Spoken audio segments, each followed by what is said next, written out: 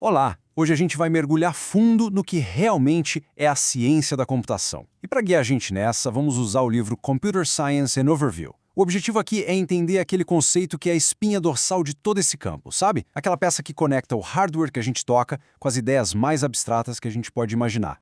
Então, para começar, uma pergunta que parece simples, mas não é. O que, afinal de contas, é ciência da computação? Olha, se a primeira coisa que surgiu na cabeça foi algo como programação, montar um PC ou, sei lá, consertar um celular, a resposta de verdade talvez seja uma bela surpresa. É algo bem mais profundo. E o mais curioso de tudo é que a chave para essa resposta não está nos circuitos supermodernos de hoje. Na verdade, ela está em questões da matemática que surgiram, olha só, muito antes de alguém sequer sonhar com um computador.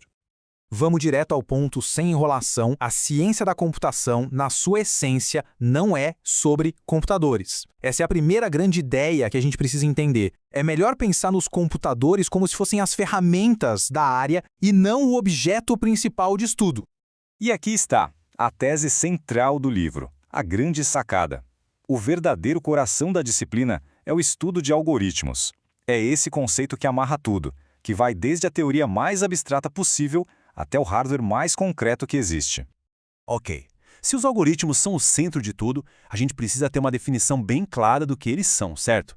Afinal, o que exatamente é um algoritmo? E, só para adiantar, não é simplesmente uma lista de instruções qualquer. Tem umas regrinhas bem importantes no jogo. Tá aí a definição formal. E o mais importante aqui são as palavras-chave, que dão toda a característica para o conceito. Ordenado, não ambíguo, executável e que termina.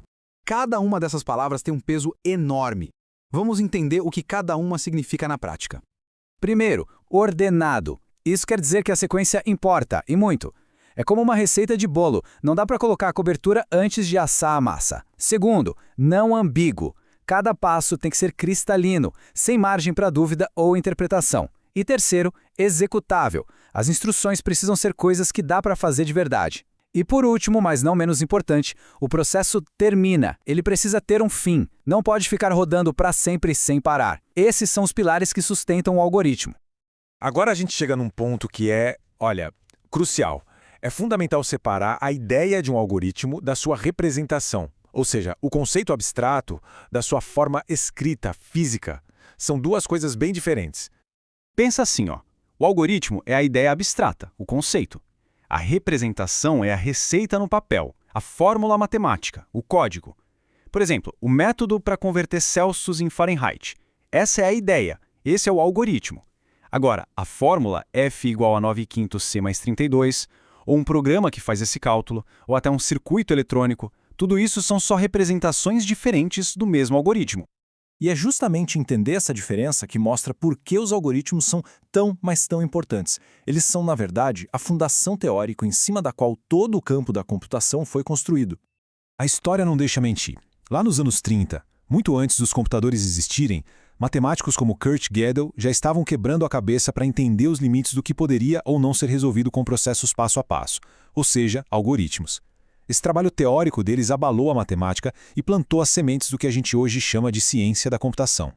Isso mostra perfeitamente o papel do algoritmo. Ele é a ponte. É o conceito que liga o silício de um chip, algo físico, com as fronteiras teóricas do que é possível computar. Sem entender os algoritmos, a gente só enxerga as peças soltas, e não o quebra-cabeça montado. Então, se a gente pudesse resumir tudo numa frase, seria esta. A ciência da computação não é o estudo de computadores. É o estudo do que pode ser computado.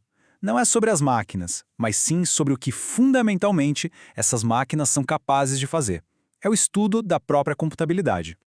E isso tudo nos leva a uma pergunta final bem instigante. Se todo o campo estuda os limites dos algoritmos, isso quer dizer que existem problemas que, por sua própria natureza, estão fora do alcance computacional? Que tipo de problema será que é impossível de resolver com um algoritmo? Fica aí uma boa reflexão.